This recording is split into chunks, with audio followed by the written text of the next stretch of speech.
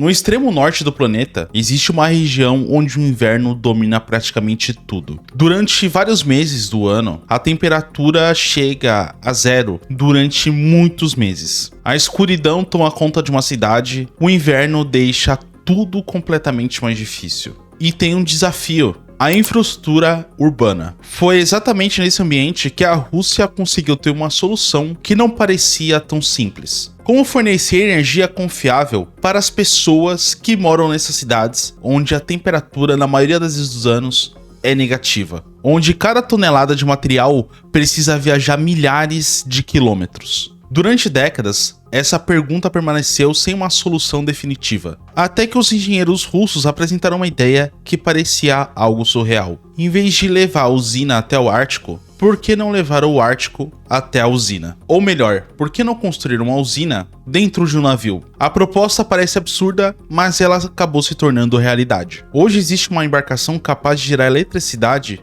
para dezenas de milhares de pessoas, enquanto permanece ancorada. E tudo isso em uma das terras mais hostis do planeta. Uma tecnologia onde combina engenharia naval com engenharia nuclear. E toda essa combinação em um único projeto. E o seu nome é Akademik Lomonosov. Embora muita gente nunca tenha ouvido falar dele, estamos falando de umas embarcações mais incomuns já construídas. Mas antes da gente continuar essa história, se você gosta de histórias de navios que ninguém ouviu falar, de oceanos e mais curiosidades sobre engenharia naval, eu peço que você se inscreva aqui no canal. Aqui postamos vídeos todos os dias. Porque o Akademik não transporta containers, não transporta materiais brutos, não transporta passageiros, ele transporta algo muito mais valioso. Para entender o Akademik, precisamos voltar alguns anos dessa história. A Rússia possui o maior território do planeta. São milhares de quilômetros quadrados, com diversas zonas climáticas, incluindo algumas das mais frias do mundo. Em muitos desses locais, construir uma usina é extremamente caro.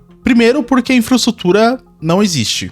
Segundo, porque transportar equipamentos nucleares para essas áreas é extremamente caro. E terceiro, porque muitas dessas comunidades elas são tão pequenas que não fazem sentido investir tanto dinheiro em cidades como essas. Foi nesse contexto que surgiu uma pergunta simples: e se a usina fosse construída em um ambiente controlado e depois fosse levada até o local? A ideia não era totalmente nova. Desde os tempos da Guerra Fria, a Rússia vem estudando usinas nucleares móveis e instalações energéticas transportáveis. Mas transformar esse conceito de usina nuclear móvel levaria anos de desenvolvimento, ou até mesmo décadas.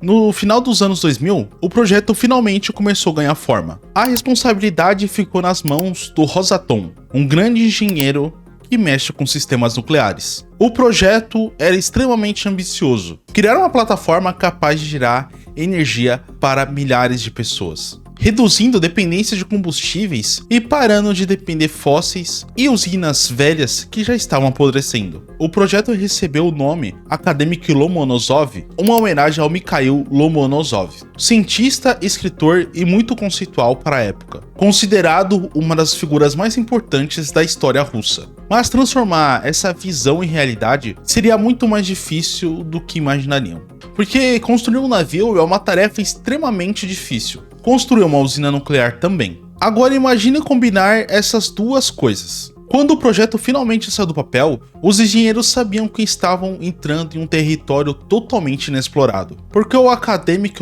não era um navio convencional, também não era uma usina nuclear convencional. Na prática, ele precisaria funcionar como uma cidade elétrica flutuante. Sua construção começou nos estaleiros mais especializados em energia nuclear e engenharia naval marítima. Ao longo dos anos, o projeto passou por atrasos e desafio financeiro, como acontece frequentemente com projetos complexos. Várias etapas precisam ser adaptadas à medida que o projeto avança, mas aos poucos a embarcação começou a ganhar forma e o resultado começou a ser impressionante. Com aproximadamente 144 metros de comprimento e 30 metros de largura, o Akademik possuía dimensões comparáveis com navios comerciais. Só que o seu interior era completamente diferente. Em vez de porões ou áreas de descarga, o espaço foi ocupado com sistemas de energia, equipamentos de controle e principalmente reatores nucleares. Cada detalhe foi pensado para operar em condições extremas. Afinal, o destino do navio era ser enviado em uma das regiões mais hostis do planeta.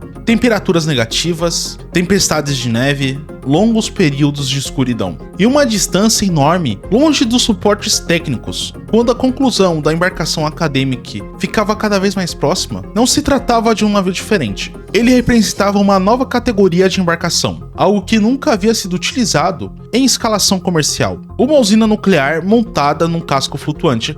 E o mais impressionante está por vir agora. Porque depois de pronto, esse gigante precisava atravessar milhares de quilômetros do Ártico para chegar no seu destino final. Se por fora o Academic já parece impressionante, é por dentro que ele ganha sua importância. Porque escondido dentro da sua embarcação, faz com que este navio se torne uma cidade elétrica flutuante.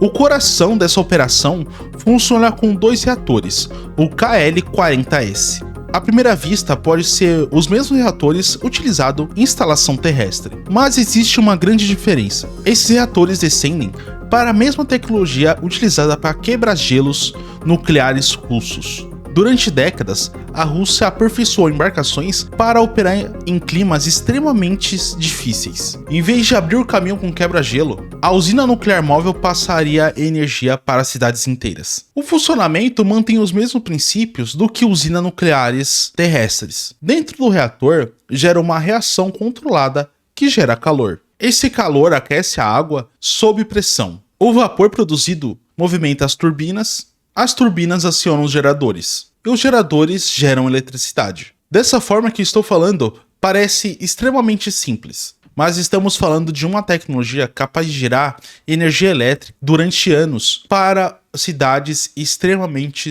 hostis. Enquanto painéis solar depende da luz do sol e turbinas eólicas dependem do vento, usinas nucleares trabalham dia e noite. No verão, no inverno, durante tempestades ou sob temperaturas dezenas de grau negativo. E para uma região tão isolada no Ártico, esse tipo de confiabilidade é extremamente necessária. Afinal, uma cidade que precisa de energia elétrica para sobreviver, interrupções não seria uma boa opção. Foi exatamente porque o Academic se tornou um projeto tão estratégico. Ele oferece algo muito raro nesses locais, que é a energia constante.